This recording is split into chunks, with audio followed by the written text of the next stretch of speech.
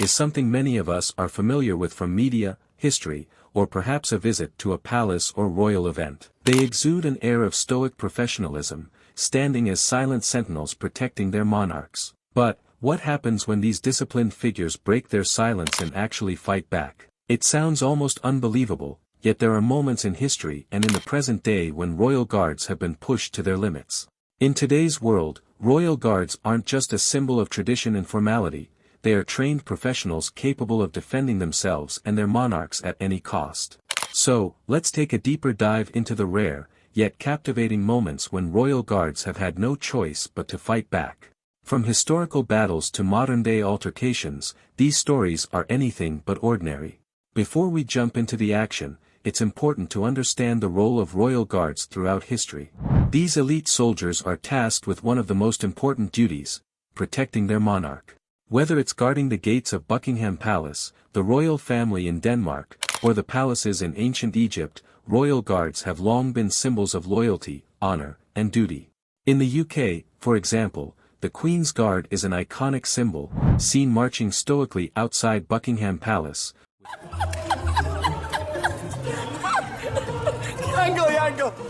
Their role isn't just ceremonial.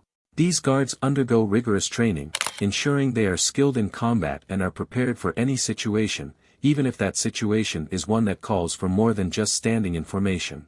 Imagine being a royal guard at a public event, thousands of eyes on you, the pressure of representing your country and your monarch, and the constant threat of someone attempting to break past security. While most of the time, royal guards face the crowd without incident, there are occasions when that tension boils over. For instance, during the changing of the guard ceremony in London, there have been moments when protesters or overzealous fans attempt to get too close to the guards or challenge their authority. Although the guards' training prioritizes composure and non-reaction, there are instances when they've had to physically remove a person or even use force. Take the famous incident at Buckingham Palace when an intruder managed to breach the security line and approach a guard. The guard, without hesitation, swiftly acted, blocking the intruder from reaching the royal family. The incident made headlines not just for the audacity of the intruder.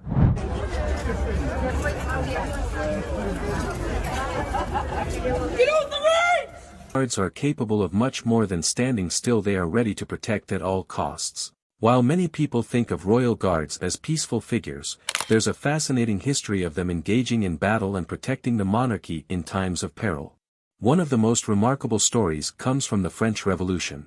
The French Royal Guard, often seen as the ultimate line of defense for the king and queen, had to face the wrath of revolutionaries during the storming of the Bastille and the subsequent attacks on the monarchy. The Swiss Guard at the Vatican, too, has a storied past of defending the Pope against hostile invaders. The most notable being in 1527, when the Sacred College of Cardinals asked the Swiss Guard to defend the Pope during the sack of Rome. The Swiss Guards fought valiantly, holding off invading forces and saving the Pope's life. It was said that only 42 out of the 189 guards survived, earning them eternal honor for their selfless sacrifice. These moments not only showcase the bravery of royal guards but also demonstrate the extreme measures they were sometimes forced to take in the line of duty. While the world has evolved and the role of royal guards may have shifted in some ways, there are still instances today where they've had to fight back. One of the most famous examples comes from the palace guards in Thailand. In 2007, during a military coup, the royal guards found themselves on the front lines of a political struggle. Despite being traditionally trained to protect the monarchy from external threats, the guards in Thailand also had to deal with internal political tensions. During this coup, some guards were caught in direct confrontations, with guards fighting off coup soldiers to protect the king. This situation highlighted the intense loyalty these guards had to their monarch and their willingness to fight for the preservation of the royal family and their country. Similarly, in Saudi Arabia, royal guards are often seen in the news due to their involvement in high-security incidents. While these incidents are rarely publicized, it is known that the royal guards have faced hostile situations and have had to take action to ensure the safety of the royal family, sometimes using non-lethal force and in other cases, engaging in more direct combat. In the 21st century, royal guards are not just relying on traditional skills, they also have access to cutting-edge technology to help them protect their monarchs.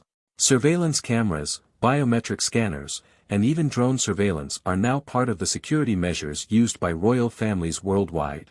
In fact, modern royal guards are often required to not only be physically fit but to have a deep understanding of technology. For instance, in the Middle East, royal guards are often paired with highly trained security officers who use AI to predict potential threats. Their vigilance is heightened by real-time data and facial recognition software, giving them the advantage of reacting faster than ever before.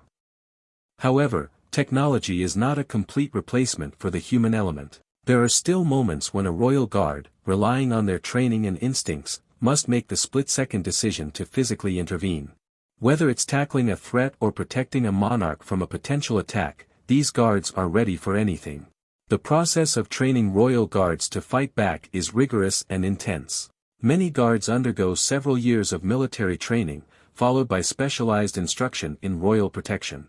They learn everything from martial arts and hand-to-hand combat to weapons training and emergency response tactics. The main goal of this training is not to simply make the guards capable of standing still or looking impressive.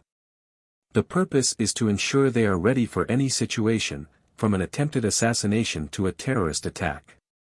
Guards are taught to be alert, to react swiftly, and to never hesitate when the safety of their monarch is at risk. In some cases, they even train with advanced technology to hone their response times and improve their effectiveness in high-pressure situations. Despite the dramatic nature of these stories, it's important to remember that the role of royal guards is still largely symbolic. They represent the stability, tradition, and continuity of the monarchy. Their presence at royal events or state functions is a reminder of the monarchy's long-standing history and its connection to the people. However, as we've seen, royal guards are more than just statuesque figures in uniforms. They are a symbol of loyalty and dedication, willing to put their lives on the line for the safety of their royal family and country. Whether standing still or engaging in combat, these guards have one mission to protect at all costs. While the image of a royal guard is often associated with stillness, formality, and ceremony, the reality is much more complex. These guards are highly trained professionals, ready to fight back and defend their monarchs when duty calls. From historic battles to modern-day confrontations, royal guards have proven time and time again that they are not just protectors, they are warriors. So, the next time you see a royal guard, remember, behind that stoic exterior is a person trained to fight back when necessary, ensuring that the monarchy remains safe, secure, and steadfast for generations to come.